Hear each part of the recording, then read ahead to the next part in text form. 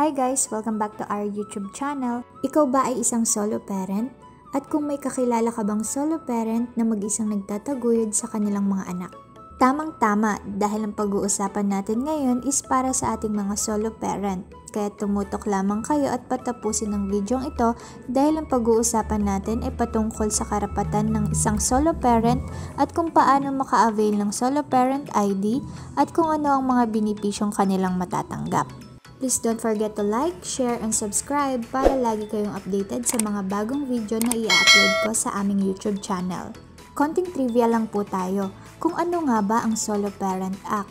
Ang Solo Parent Act ay layunin nitong bigyan ng komprehensibong serbisyo at pribilehiyo ang mga single parent at ang kanilang mga anak sa pangunguna ng Department of Social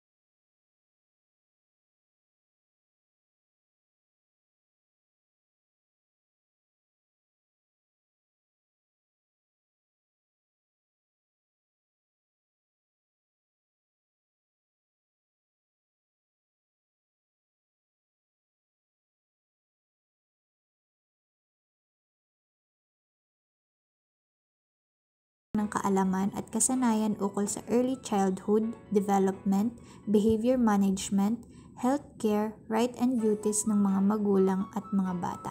Critical Incident Stress Debriefing, kinabibilangan ng Preventive Stress Management Strategy na idinisenyo upang tulungan ng mga solo parents sa pagharap ng krisis at mga kaso ng pang-aabuso.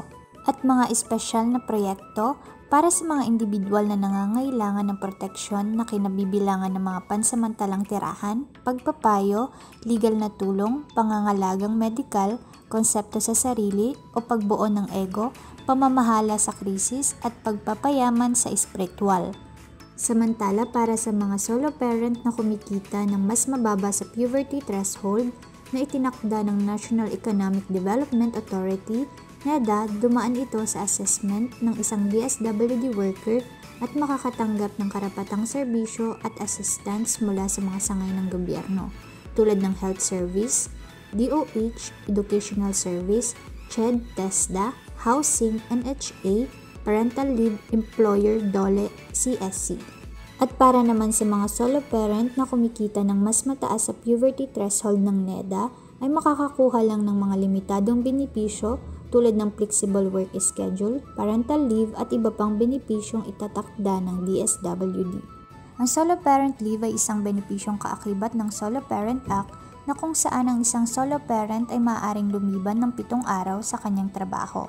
Ito ay para magampanan ng kanyang tungkulin bilang magulang para sa mga anak na hindi bababa sa 18 years old o kung 18 years old pataas pero hindi kayang suportahan ng sarili o may physical o mental disability.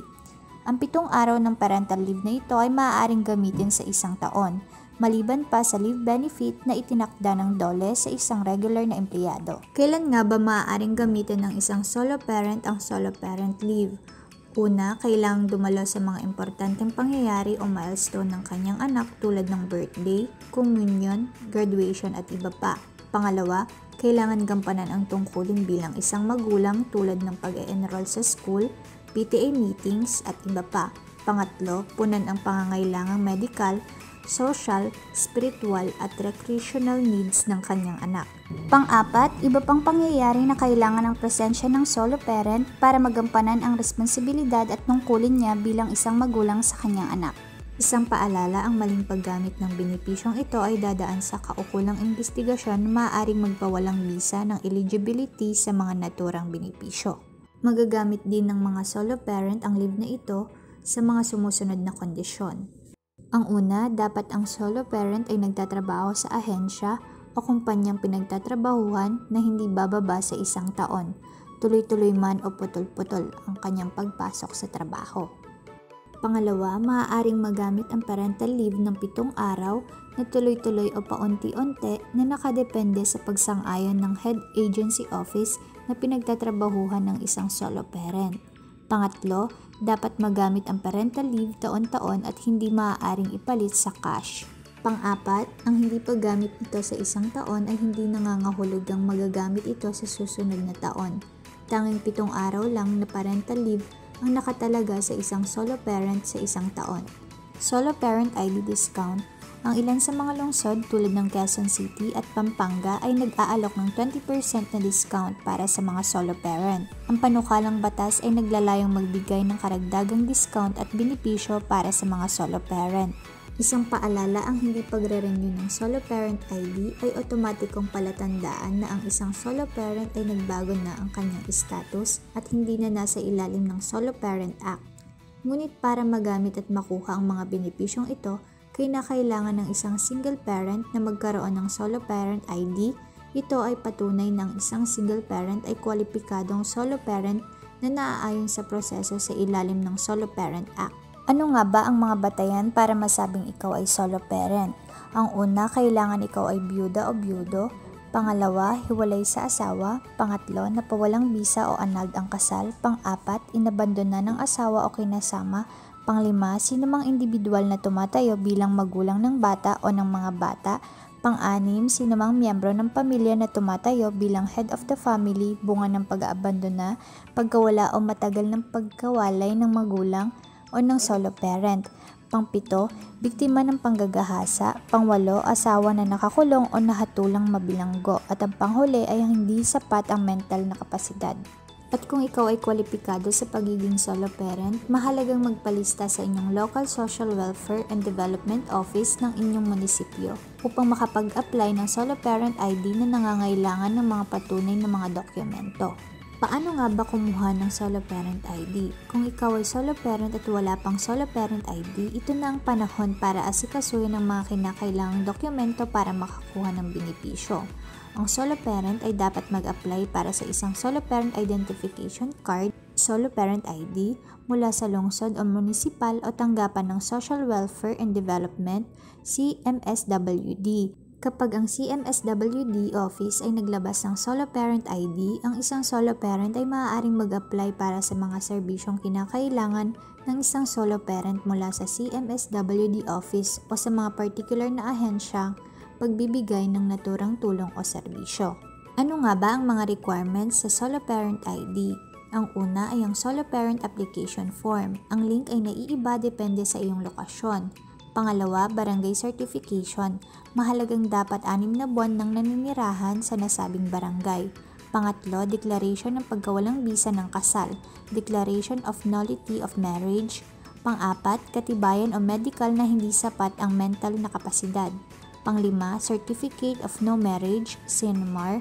Pang-6, Birth Certificate ng anak. Pang-7, Income Tax Return or ITR o anumang angkop na dokumento na nagpapatunay sa antas ng kita ng solo parent o certification mula sa ingat yaman o treasurer ng inyong barangay o munisipyo. At ang panghuli ay kasulatan o certificate mula sa kapitan ng barangay na nagsasaad ng kalagayan ng pagiging isang solo parent. Sundin lamang ang mga hakbang na ito para makakuha ng Solo Parent ID. Ang una ay kumpletuhin ang mga dokumentong kinakailangan para sa pag-register. Pangalawa, punan ang Solo Parent Application Form. Ang link ay naiiba depende sa iyong lokasyon. Pangatlo, isumite ang iyong mga dokumento sa tanggapan ng DSWD sa inyong LGU o rehiyon. Pang-apat, bayaran ang mga kinakailangang bayaran. Panglima, maghantay ng 30 days para sa assessment at evolution. Isang paalala, ang Solo Parent ID ay ibibigay pagkatapos ng 30 days mula sa PEDSA ng iyong pagbigay ng mga documents sa Department of Social Welfare and Development. Ito ay dahil kailangang kompletuhin ng social worker ang assessment at evolution ng application. Thanks for watching. Don't forget to like, share, and subscribe.